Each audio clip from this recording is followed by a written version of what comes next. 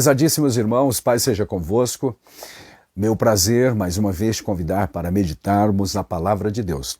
Hoje começaremos uma nova jornada de estudos na Palavra do Senhor, nosso Deus, em nosso terceiro trimestre de 2024. Serão mais 13 lições neste ciclo de estudos em nossa EBD, falando do tema geral, o Deus que governa o mundo e cuida da família. Os ensinamentos divinos nos livros de Ruth e Esther para a nossa geração. Como então dito, as nossas 13 lições nas próximas semanas, próximos 3 meses, estarão baseadas nos livros de Ruth e de Esther. Começando com a lição número 1, que é uma lição introdutória ao trimestre, onde falaremos sobre duas importantes mulheres na história de um povo. Que povo é esse? O povo de Israel, o povo de Deus no Antigo Testamento. E as duas mulheres são Ruth e Esther, conforme anunciado.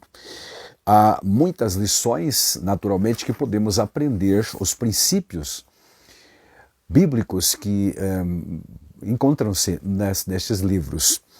O pequeno livro de Ruth, com seus 4 capítulos, e o de Esther, 10 capítulos. São, meus amados, um trecho maravilhoso da Palavra de Deus que certamente tocará em nosso coração.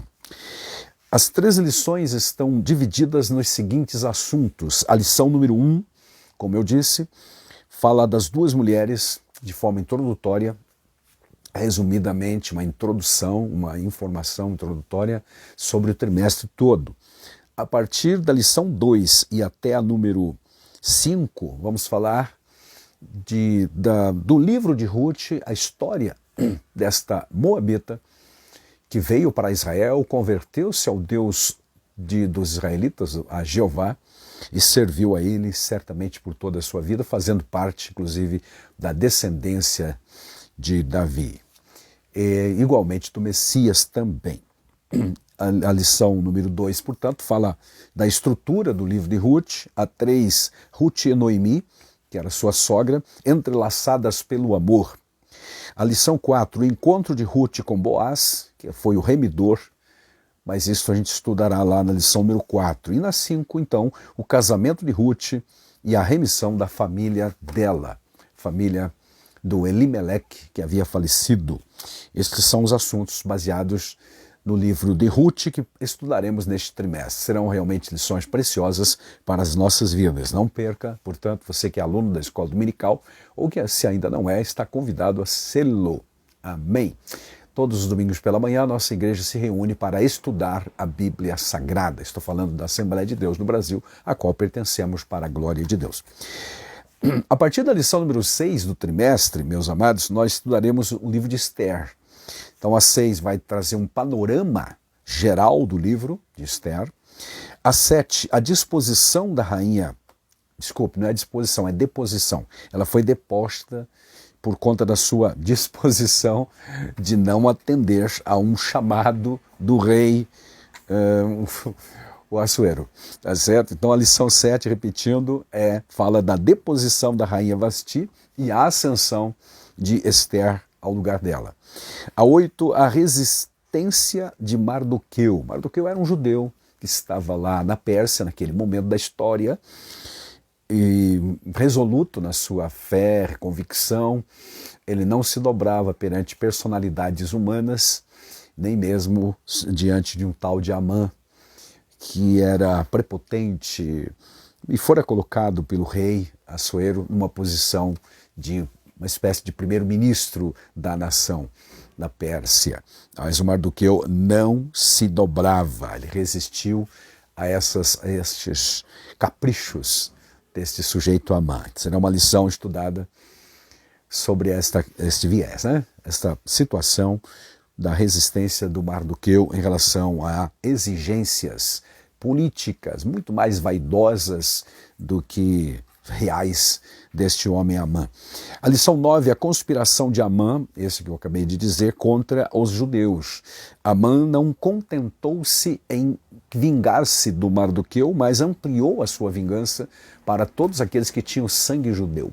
Portanto, é um dos primeiros exemplos na história de antissemitismo, que é aqueles que são contra a raça, não contra os judeus de forma geral, mas contra a raça judaica. E este Amã foi o primeiro deles, pelo menos registrado na Bíblia Sagrada. Conspiração de Amã.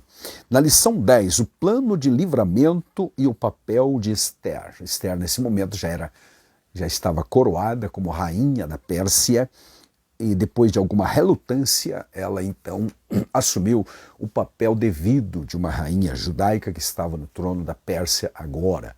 Estava lá naquela posição de eminência. Então, ela agiu e nós vamos estudar lá na lição número 10.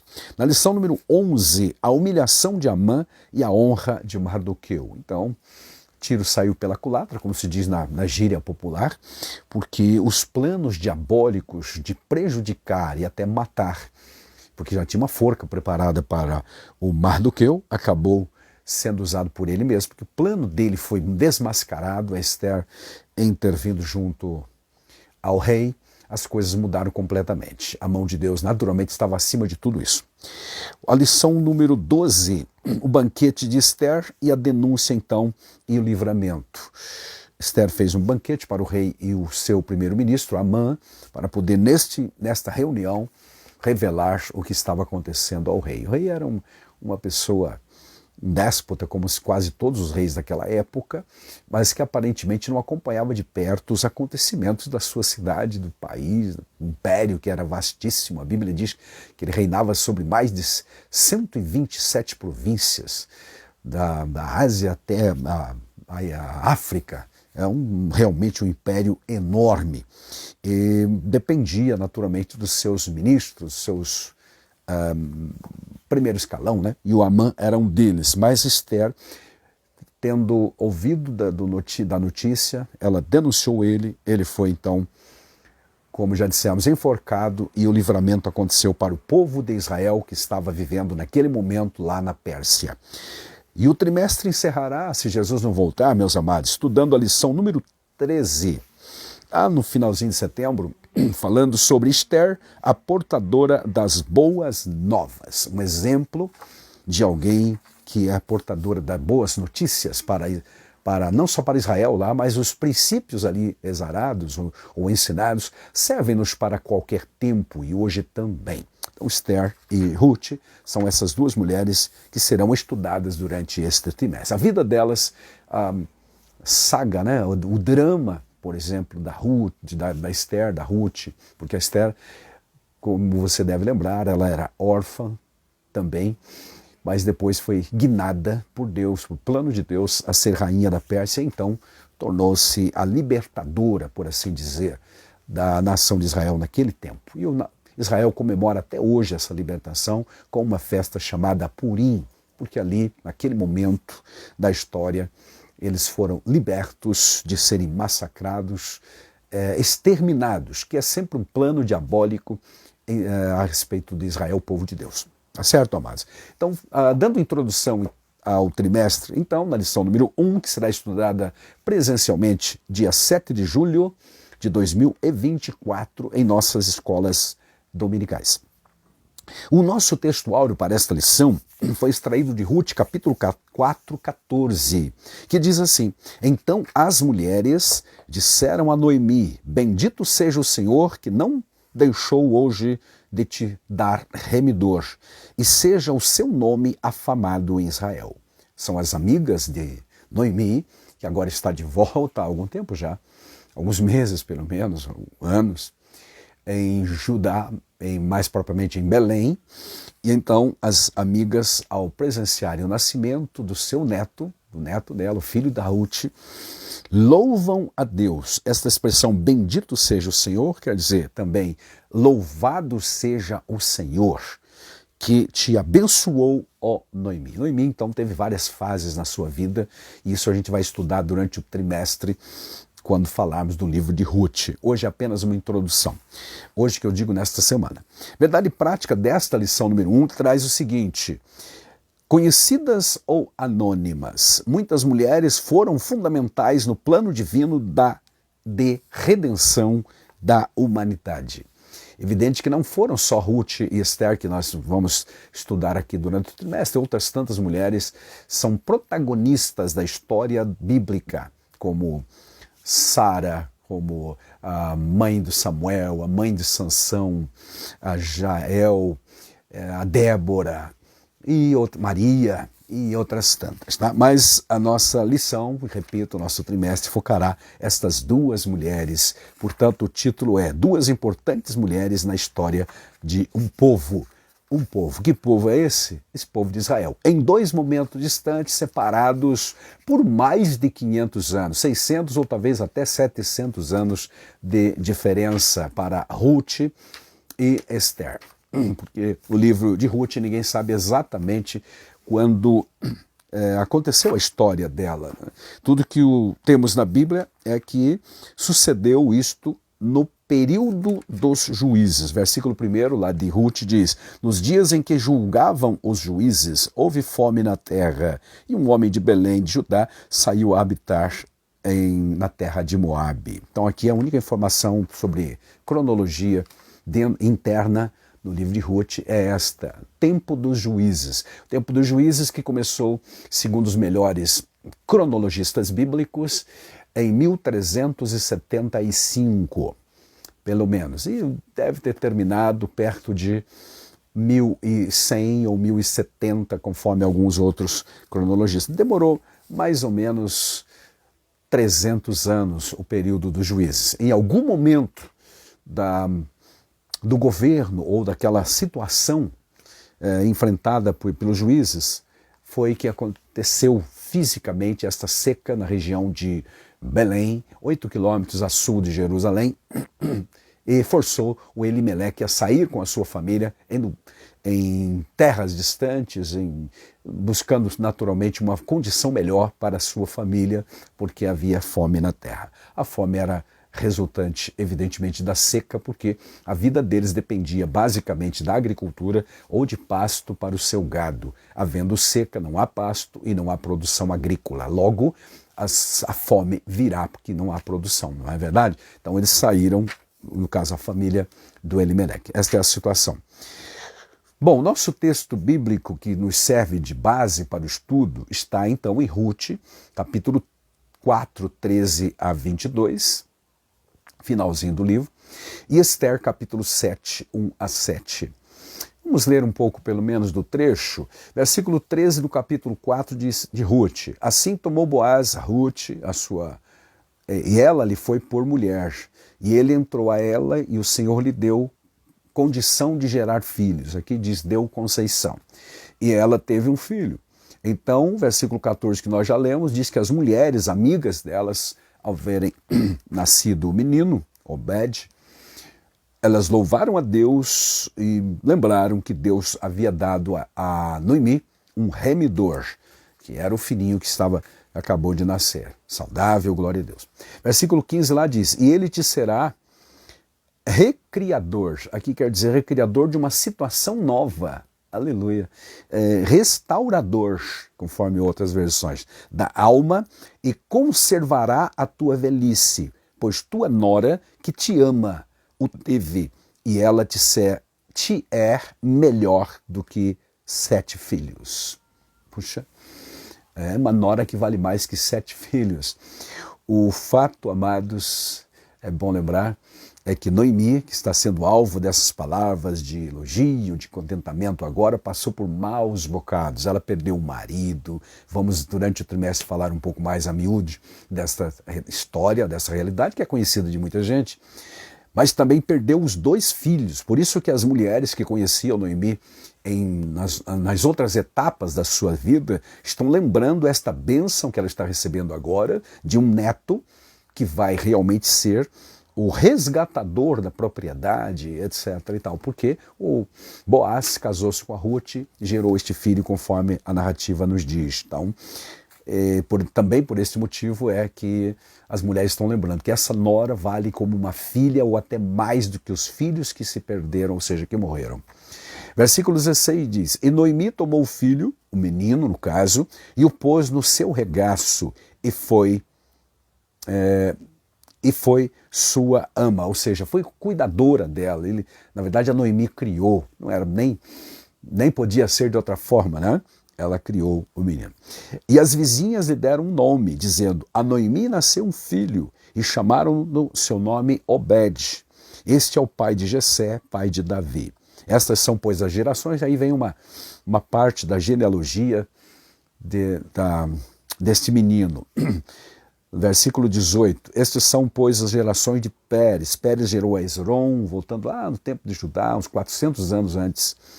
E Esrom gerou a Arão. Arão gerou a Aminadab. Aminadab gerou a Naasson. Naasson gerou a Salmão. Salmão gerou a Boaz. E Boaz gerou a Obed.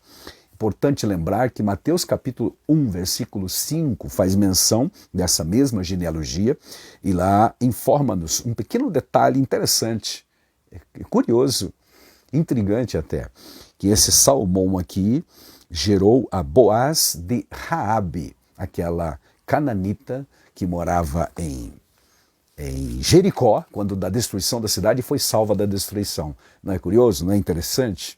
Pois é, ela também está na genealogia do Senhor Jesus Cristo, uma das mulheres que aparece lá. A Raabe, portanto, era, meus amados, avó de Obed.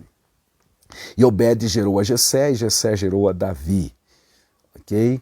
Bom, esse é um trecho, né, um recortezinho pequeno do livro de Ruth, nessa lição introdutória. Como a gente vai falar das duas mulheres, de Ruth está aqui uma parte, e também vamos falar um pouquinho desta outra moça, desta outra mulher, que é Esther. Esther, livro de Esther, capítulo 7, verso 1 ao 7, que diz assim: E vindo, pois, o rei com Amã para beber com a rainha Esther, no banquete que ela promoveu, disse também o rei a Esther, no segundo dia do banquete do vinho: Qual é a tua petição, minha rainha, rainha Esther? E se te dará, e qual é o teu requerimento? Até metade do reino se fará. Puxa, o reino era um império que compunha-se de mais de 127 províncias, diz o texto. Enfim, estava prometendo até a metade do reino para ela. Então respondeu a rainha: Se é do rei, ó rei, achei graça aos teus olhos, e se bem parecer ao rei, desse-me a minha vida como minha petição e o meu povo como meu requerimento. Minha petição e requerimento são duas situações, pedir e requerer. Porque estamos vendidos, eu e o meu povo, para nos destruírem, matarem e lançarem a perder. Se ainda por servos e por servas nos vendessem, calar-me-ia, ainda que o opressor não recompensaria a perda do rei. Então falou o rei Assuero e disse à rainha: Quem é este? E onde está esse cujo coração o instigou a fazer assim? Veja que esse é um rei totalmente desinformado. Infelizmente, né? Não era a era da tecnologia e os reis sabiam das coisas através dos seus servos e não havia publicações, certamente, como nós conhecemos hoje. O fato é que este rei está totalmente desinformado. Tem um decreto assinado para acabar com o povo que vive dentro do reinado dele. E olha que a política desses reis persas não era de destruir os povos conquistados, ao contrário, era beneficiar, como a gente vê na história do livro de Neemias, por exemplo, que acontecerá um pouco mais adiante na cronologia sequente da história. Então esse rei realmente estava totalmente desinformado do que estava acontecendo. E olha que era grave, pelo menos para Esther. Bom, ele perguntou quem é esse, né? Quem é esse e tal. Aí, versículo 6. E disse Esther: O homem, o opressor e o inimigo é este Mal-Amã. Mal-Amã. É o Mal-Amã. O Mal-Amã. Então Amã se perturbou perante o rei. Amã é o primeiro-ministro. e a rainha. E o rei, no seu furor, se levantou do banquete do vinho para o jardim do palácio. E Amã se pôs em pé para rogar à rainha Ester da sua vida, porque viu que a coisa realmente estava ficando cada vez, fechou, né, para o seu lado. O texto diz, porque viu que já o mal com L, calamidade, ele já estava determinado pelo rei sobre ele. Então, ele se viu totalmente em apuros e apelou para a rainha, que naturalmente não cedeu aos seus apelos e ele foi morto na forca, foi enforcado na forca que havia preparado no dia anterior para o Mardoqueu. A história a gente vai delinear durante o trimestre todo. Bom, focando então nessa introdução geral, falando dessas duas mulheres que foram protagonistas da história de Israel, durante dois períodos distintos da história deste povo, meus amados. A Ruth, como eu disse lá no tempo dos juízes, naquele tempo obscuro, de muito envolvimento, muita fraqueza espiritual, muita indolência e também envolvimento com idolatrias e assim por diante. Mas Ruth veio de uma outra terra para ser uma fiel servidora de Deus, casou-se com um homem piedoso de Israel, porque havia umas ilhas, né, de pessoas que serviam a Jeová, apesar dos tempos terríveis do juiz. Se você conhece a Bíblia, sabe que realmente, depois daquela geração de Josué, depois que Josué morreu, com 110 anos de idade, mais ou menos lá pelo ano 1375, mais ou menos, segundo os nossos estudos cronológicos, meus amados, e a geração do Josué, como o próprio Caleb, o Eleazar, que também entrou na Terra Prometida. Se você não sabia, quem entrou na Terra Prometida não foi só o Caleb e o Josué, foi também o Eleazar. É só ler o último capítulo lá de Josué e o primeiro do livro de Juízes. Você vai encontrar que o Eleazar, o filho de Arão, também estava vivo e morreu dentro da terra de Canaã. Quando a Bíblia diz que só os dois entraram, e popularmente se prega que só Josué e o Caleb entrou na Terra Prometida, é porque eles eram soldados. O Eleazar, que era sacerdote, não era contado como os transgressores que morreram no deserto, é uma tribo separada, como você deve saber também. Tá bom? Pequeno detalhe, fechando parênteses, mas o fato é que aquela geração que viu os milagres no deserto, a provisão de Deus do maná, a abertura do Mar Vermelho e depois, no final da jornada, a abertura do Jordão para o povo passar, a destruição miraculosa de Jericó, toda aquela geração acompanhou esses milagres, presenciou, visualizou, vivenciou realmente é o termo, tá? Todos aqueles milagres. E então, se foi aquela geração, as pessoas não são eternas. E a falha daquela geração foi realmente não formar os seus sucessores. O próprio Josué não teve alguém para deixá-lo exatamente no seu lugar, como Moisés, quando morreu, deixou Josué no seu lugar. Então, aquela geração realmente falhou nesse sentido. E começou aquele obscuro tempo dos juízes. E é nesse período que nós temos inserido aí, alguns dão lá 1300 a.C., mais ou menos, 1126 já foi sugerido. Não há uma base muito segura para datar o livro e a história de Ruth. Mas está, conforme nós vemos aqui no primeiro versículo do livro de Ruth, no tempo que julgavam os juízes. Portanto, nesse período acontece essa história. Então, Ruth e Esther são os dois livros da Bíblia que levam o nome de mulheres. É uma pequena curiosidade.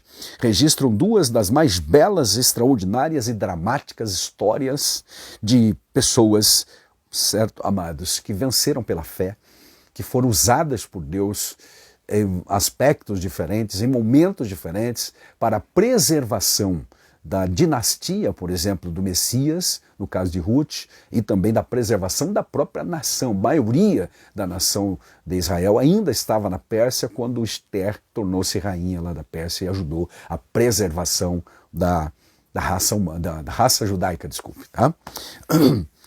Amados, então é isso, né? A segunda mulher, Esther, então, cuja história aconteceu entre 483 a 473, mais ou menos, também segundo os melhores cronologistas.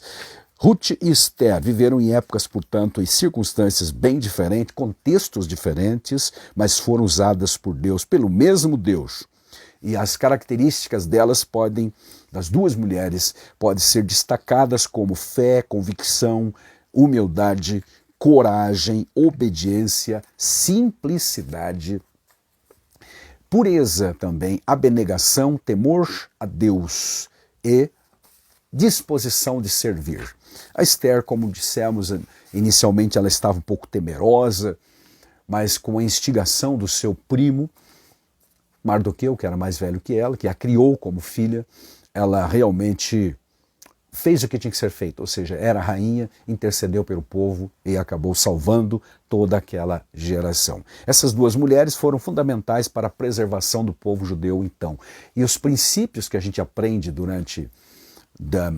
no decurso do estudo desses livros servem-nos para todos nós também, com essas virtudes todas que nós temos aqui. Foram efetivamente, meus amados, mulheres protagonistas e não apenas coadjuvantes da história, certo, queridos? Então tá, glória a Deus, né?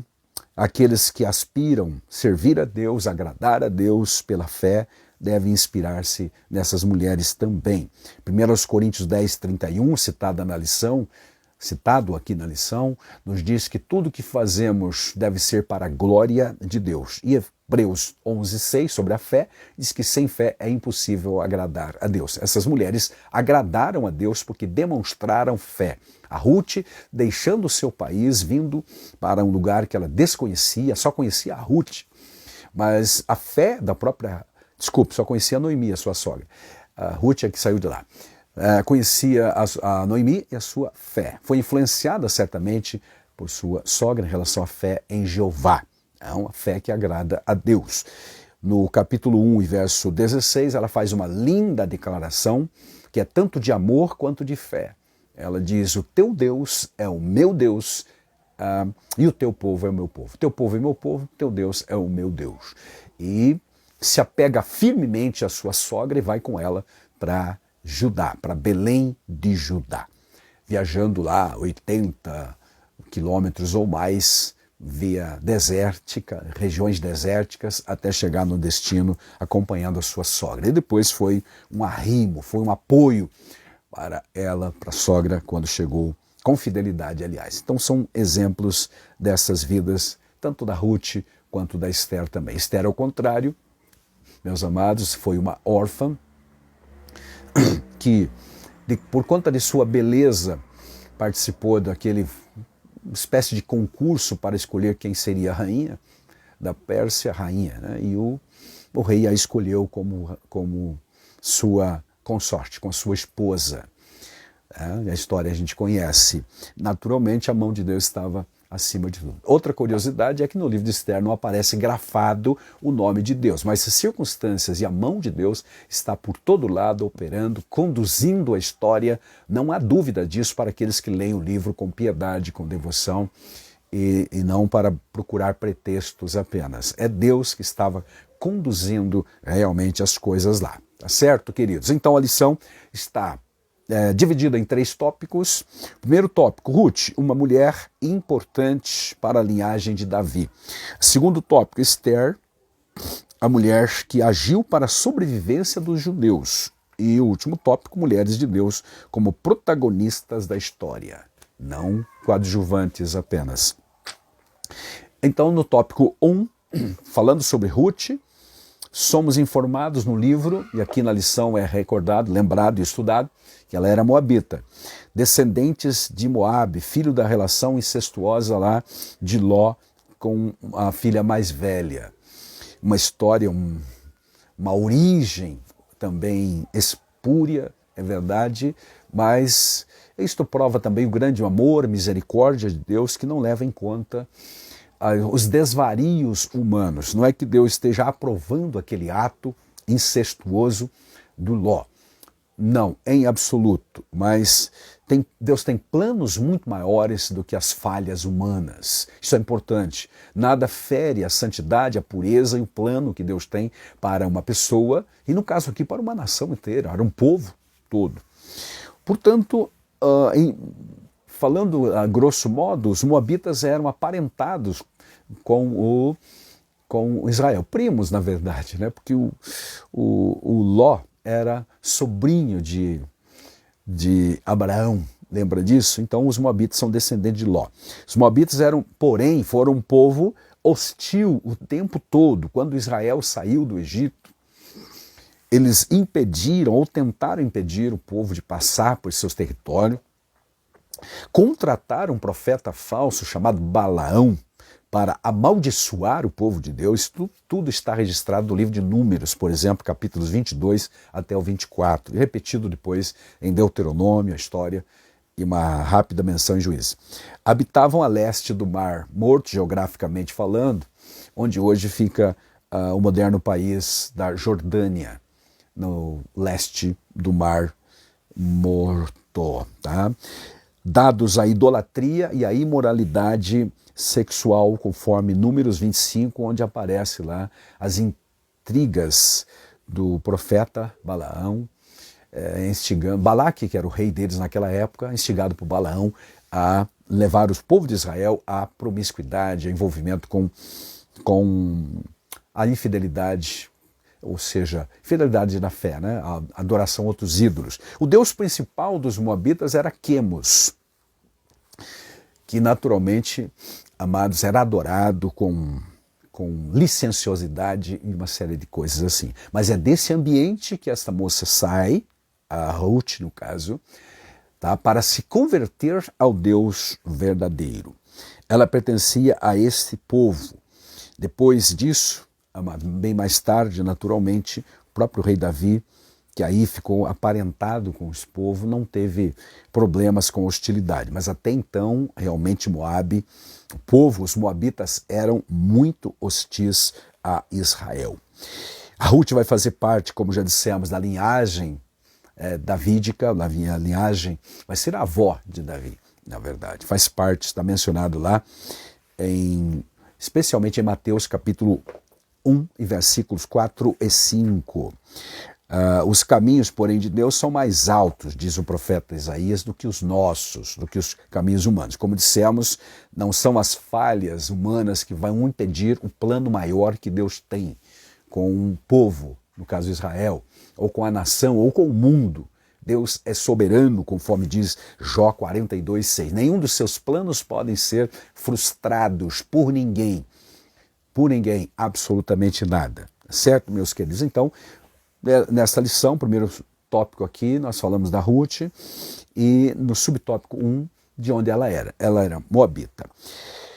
Veio para fazer parte, então, de uma família belemita, ou seja, de Belém, porque a Noemi e o Elimeleque, que saíram de Belém por conta daquela fome que houve lá, foram peregrinar nos campos lá de Moabe. E esse casal tinha 2 filhos jovens, chamava-se Quilion e o outro também Malom e Quilion. Malom era o mais velho e o Quilion o mais novo. A história de Ruth muda então a partir do ingresso dela nessa família de Belém. Casou-se com o mais velho, com o Malom. Não sabemos quanto tempo moraram juntos, mas o fato é que o sogro dela, o Elimeleque, morreu, diz o texto, e também o seu marido, e o irmão e o cunhado dela também morreu. Foi uma tragédia na vida de Noemi. Noemi e os seus filhos Malom e Quilion, que depois permaneceram, depois da morte do Elimeleque, os 2 filhos acabaram morrendo também, como dissemos. Está registrado em Ruth capítulo 1 lá.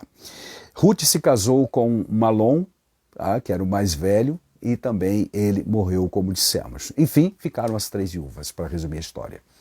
E a gente verá isso no decorrer também do trimestre, tá, meus amados? Embora pudesse permanecer em Moabe, como decidiu a outra nora de Noemi, Ruth decidiu firmemente, amados, a seguir com Noemi de volta para Belém. Então, ela fazia parte agora da família belemita, e voltou com Noemi, fez uma declaração magnífica de fé, encontrada lá no capítulo 1 do livro que leva o seu nome, especialmente o versículo 16. Quando Noemi se dispôs a voltar para a Judéia, ela então o acompanhou e disse o seguinte: e disse, porém, Ruth, não me instes para que te deixe, me obrigue a não seguir-te. Porque aonde quer que fores, irei eu, e onde quer que pousares, ali pousarei eu. O teu povo é o meu povo, o teu Deus é o meu Deus. Onde quer que morreres, morrerei eu, e aí serei sepultada. Faça-me o Senhor, veja que ela está usando o nome do Senhor agora. Não é o Deus lá da terra dela, que é o Quemos. O Senhor, Jeová, faça-me o que bem lhe aprouver, se outra coisa que não seja a morte me separar de ti. Amém. Uma das declarações mais firme, mais forte de amor de uma pessoa para com a outra, no caso aqui de uma nora para com a sua sogra. Mas o que destaca, o que também salta da narrativa é a sua fé. Ela está dizendo, teu Deus é o meu Deus, e chamando esse Deus de Senhor, o Adonai. Adonai. Matrimônio e maternidade. Ao chegar lá, viúva que era, ela teve encontro, conheceu um judeu rico chamado Boaz, com o qual irá se casar. Esse Boaz era o parente mais próximo, remido, que tinha, não só mais próximo, mas que tinha condições de resgatar as propriedades que Noemi herdara, vamos, entre aspas, né, de Elimeleque, o seu marido, quando morreu, a sua família, enfim. Mas agora estavam penhoradas ou vendidas. E você sabe que havia essa lei em Israel, do parente remidor, do Goel, e o Boaz tomou essa atitude não só de resgatar a propriedade como parente, mas de casar com a Ruth e suscitar um descendente, dar sequência, enfim, à descendência. Havia em Israel a lei do levirato, onde se um homem casasse e morresse sem ter filhos, o irmão dele vivo casaria com a viúva e suscitaria descendências. Se não houvesse irmão, um parente mais próximo faria isso, e é o que Boaz vai fazer, porque ele era solteiro também, e preenchia todas as condições. Veja como Deus fez, né? E faz. Glória a Deus. No momento certo, Noemi, que saía, ela diz nas suas palavras, saí vazia, a mão do Todo-Poderoso pesou sobre mim, saí cheia, melhor dizendo, estou voltando vazia, sem nada. Mas aí surge o Redentor, o resgatador, e Boaz, no caso, né, resgata a propriedade, compra essas terras de novo para ela e casa com a Ruth, suscitando o que nós vemos no capítulo 4, que é o nosso texto áureo, um descendente, nascendo um filho, o Obed, que será efetiva e legalmente o sucessor do Elimeleque, que morreu, do Malom, que era o esposo falecido da Ruth. Enfim, as coisas se ajustaram, ela se casou, portanto, o matrimônio, ela faz parte, né, da família belemita. Ok? Esse é o ponto 1, falando grosso modo, bem introdutoriamente, sobre a Ruth. E o tópico 2 vai falar da Esther, a outra mulher, e aí nós avançamos no tempo pelo menos uns 600 anos, no mínimo, 600 anos, porque se o episódio, a história de Ruth aconteceu mais ou menos em 1200 antes de Cristo, o de Esther aconteceu em 483 a 473. Então vai lá, tópico 2 da lição, Esther, a mulher que agiu para a sobrevivência dos judeus. É importante lembrar que nesse período aqui, 483 antes de Cristo, uma leva de escravos judeus de Judá, mais propriamente dito, de Jerusalém, já haviam voltado, liderados por Zorobabel e Sesbazar. Em 537, mais ou menos, uma leva desse povo já tinha voltado. Mas não foram muitas pessoas, não.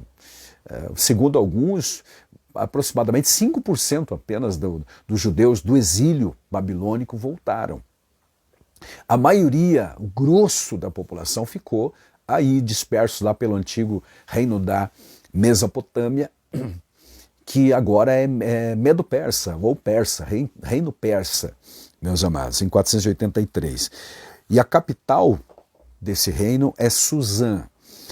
Então, o subtópico 1 fala de Belém para Suzã. Na verdade, Esther, não, de Belém, que nós estudamos sobre Ruth, né? Agora estamos falando da capital da Pérsia, Suzã. Tinha 3 capitais, uma delas era a Suzã, segundo historiadores, era a cidade de verão, capital de verão, ou, desculpe, de inverno, né? Porque no verão eles estavam em outro lugar, de inverno. Cerca de 6 ou 7 séculos diferente de tempo adiante, né? De uma mulher para outra. Esther também foi usada por Deus poderosamente agora para preservar a nação de Israel. A história dela está no livro e nós vamos ver durante o trimestre, estudar com mais detalhe sobre a sua vida. O que podemos dizer agora? Ela era órfã de pai e mãe, foi criada pelo seu primo, o nome dela em hebraico era Hadassah, que significa murta, e o nome persa era Esther. Popularizou-se muito mais Esther, é conhecido como Esther, que significa estrela. Estrela. Aqui está a definição. Conforme o profeta Isaías e outros profetas profetizaram, então o cativeiro começou lá no ano 597, 606, 597, 586 também, né? A ida para o cativeiro. Mas o retorno a partir de 538, profetizado especialmente por Jeremias e Isaías. Isaías 44, 45, fala do nome do rei que libertaria eles, que foi o Ciro. No entanto, a maioria dos judeus, como dissemos, acabou preferindo ficar na Babilônia e não voltar para recomeçar em Jerusalém. E é esse povo que permaneceu lá no cativeiro é que Esther vai beneficiar, ou seja, ser a benfeitora e a libertadora. É esse povo que ela vai preservar, vai ajudar, né? Vai ser um instrumento de Deus. Então, de órfã que era, ela passa a ser rainha, por conta de todo o enredo que nós veremos durante o trimestre da ex-rainha Vasti, que não atendeu o convite do rei, aliás, o chamado do rei, e foi deposta. Então, Esther, mediante lá um concurso de beleza e etc. e tal, foi colocada no lugar de Vasti para ser o rei, a rainha da Pérsia. 5 anos depois, mais ou menos, essa jovem judia agindo com sabedoria, depois, repito, de alguma relutância, mas com a ajuda do seu sábio mentor e primo, o Mordecai, ela assumiu a sua posição de rainha e libertou o seu povo. Né? Assinou, na verdade, desmascarou a trama do Amã, que também veremos durante o trimestre, e tornou-se a libertadora, por assim dizer, do povo. Como diz o Matthew Henry, ainda que o nome de Deus não se encontre no livro de Esther, o mesmo não se pode dizer de sua mão, guiando minuciosamente os fatos que culminaram na libertação do povo naquele momento da história. Certo, amados? Então, o nome de Deus não aparece, mas a mão dele aparece, sim. Né? Bom, ela do campo ao palácio, ou seja, ela, uma moça simples do campo, assim tal como Ruth, Esther é um exemplo inspirativo de quanto vale a fidelidade e a confiança em Deus. Mas não, repetindo, o livro não fala de Deus nem de oração, fala de jejum, é verdade, que em geral está, no caso da Bíblia, associado à oração, mas não há menção a sacrifícios, templo, Jerusalém, lei judaica, nada disso é mencionado no livro. Porque esta geração que ficou lá no cativeiro, meus amados, ela está lá há muito tempo. Primeira leva de escravo, recorde-se, já retornou em 537. Estamos em 483, uns 100 e poucos anos depois. Então, geração veio, geração passou, e foi se perdendo um pouco desta afinidade com as leis judaicas e com o amor para com Jerusalém, porque não é mencionado a cidade de Jerusalém, o templo, nada também em Esther. Contudo, este povo não perdeu a sua fidelidade, ou pelo menos básica, em Jeová. E ela vai usar esta confiança em Deus, certamente para expressar o seu jejum. Evidente que ela não jejuou para os deuses pagãos lá da Pérsia, mas ao Deus que recebeu dos seus pais, da forma que recebeu do seu pai adotivo, no caso, o Mardoqueu. Os princípios divinos são absolutos e imutáveis, suficientes para orientar nossa conduta em qualquer tempo e lugar, ainda que seja meio que amortecida, né, pelo passar do tempo, pelo esquecimento, por falta de normas mais rígidas e etc. Mas assim mesmo, ela, no caso, Esther e o Mardoqueu, preservaram um pouco que fosse dessa fé. E ainda assim, com essa fé um tanto diluída, Deus age poderosamente e liberta o seu povo. Os preceitos do Senhor são preciosos e iluminam a alma, diz lá no Salmo 19 e também no Salmo 119, que fala que a palavra do Senhor para sempre permanece no céu. Ela é eterna, nunca perderá o seu poder e o seu valor. Tá certo, queridos? Então, durante o trimestre, nós delinearemos muito mais sobre a vida dessas duas mulheres, cada uma delas. As primeiras lições, como vimos, falará de Ruth, e depois as últimas sobre a Esther, que é um livro maior, com uma história maior também. Bom, a lição de hoje, a número 1, termina falando de mulheres de Deus como protagonistas da história. Evidente que quando a mulher cumpre com o seu papel dado por Deus em relação à família e até mesmo à nação, não há invasão, por exemplo, no papel do homem, nem o homem no papel da mulher, evidentemente. Tá? O que prejudica exatamente os extremismos divulgados e propalados pelos movimentos ideologias que foram sendo criados e forjados pela mentalidade humana. Mas, biblicamente, amados, quando o homem e a mulher cumprem com aquilo que Deus determinou para cada um, as coisas funcionam mesmo. É o que vemos nas mulheres que foram protagonistas da história. Protagonismo feminino. A liderança masculina foi instituída, sim, por Deus, desde Gênesis 1, 26, mencionada no Novo Testamento em Efésios 5 também, 22, 23. Mas isto não anula o propósito divino individual para as mulheres e de forma geral e global também sobre o papel das mulheres. Bom, isto não implica, todavia, na necessidade de confundir ou inverter papéis. Os exemplos de Ruth e Esther são eloquentes nesse sentido.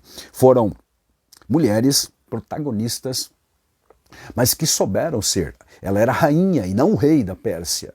A Ruth, no caso, também assumiu o seu papel, evidentemente, de uma esposa, de alguém como mãe, e tornou-se naturalmente ancestral do próprio Senhor Jesus, cumprindo com o seu papel. Inclusive foi humilde, trabalhadora no campo, catando lá as espigas, como pobre que era naquele momento, mas foi honrada por Deus, né? E cumpriu com o seu papel de mulher, de esposa e de mãe. Os exemplos de Ruth e Esther são eloquentes, então. Não foi a altivez, mas a humildade, a submissão e obediência que as tornaram relevantes. Então, se as mulheres de hoje querem, no plano de Deus, claro, né, diante da ótica divina, serem protagonistas, é preciso observar estas mulheres de Deus e os princípios que elas observaram, estas virtudes que elas demonstraram, tais como mencionadas aqui: humildade, submissão, obediência a Deus e ao cabeça do lar também, ao marido no caso, né? Tá certo, meus amados? Então cumprir com seus papéis, porque no Novo Testamento, igualmente, a Bíblia continua falando dessa autoridade como líder, que é o marido. Naturalmente que é uma liderança com amor, com respeito, com diálogo, com base em tudo isso, mas é preciso que haja respeito mútuo. Então elas poderão continuar sendo protagonistas para a glória de Deus. Cada um cumprindo o seu papel. Noemi dá testemunho de que Ruth cumpriu com a sua função em relação aos seus filhos. Isso está no capítulo 1, verso 8. Ruth cumpriu.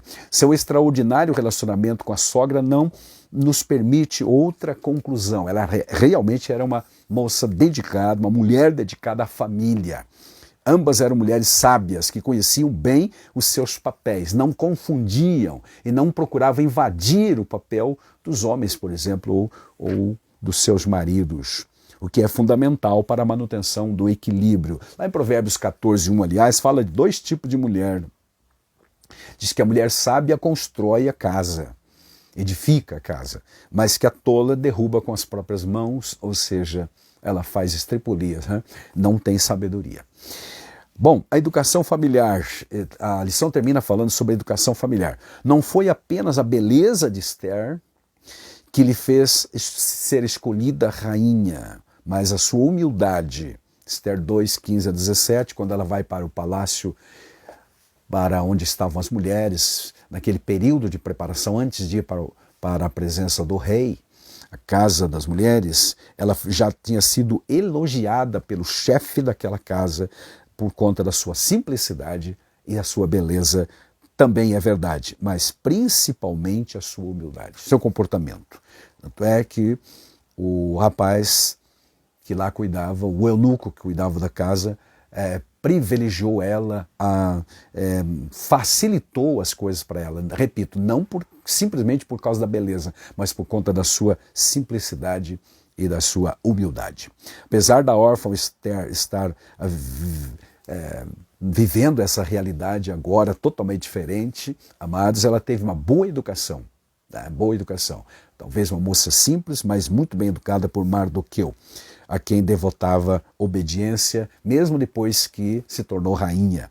É no lar que fomos forjados, é no lar que somos forjados, que deveríamos ter sido forjados para os embates da vida, para os desafios da vida. Certo, meus queridos? Então, é essa a lição de hoje, uma introdução ao trimestre, de uma nova jornada que faremos, falando, repito, sobre o Deus que governa o mundo, mas cuida da família também. Deus continua usando mulheres para cumprir os seus propósitos, tá? Há muitas mulheres atualmente que são verdadeiras protagonistas da história também, mas que elas realmente cumpram com seus papéis de acordo com a vontade de Deus, não querendo ultrapassar os limites de suas prerrogativas, né, dada por Deus. Que assim seja para as mulheres cristãs, porque nem falamos das coisas do mundo, da sociedade sem Deus. Falamos das mulheres que vivem para Deus, que conhecem a Deus e que pautam suas vidas pela palavra do Senhor.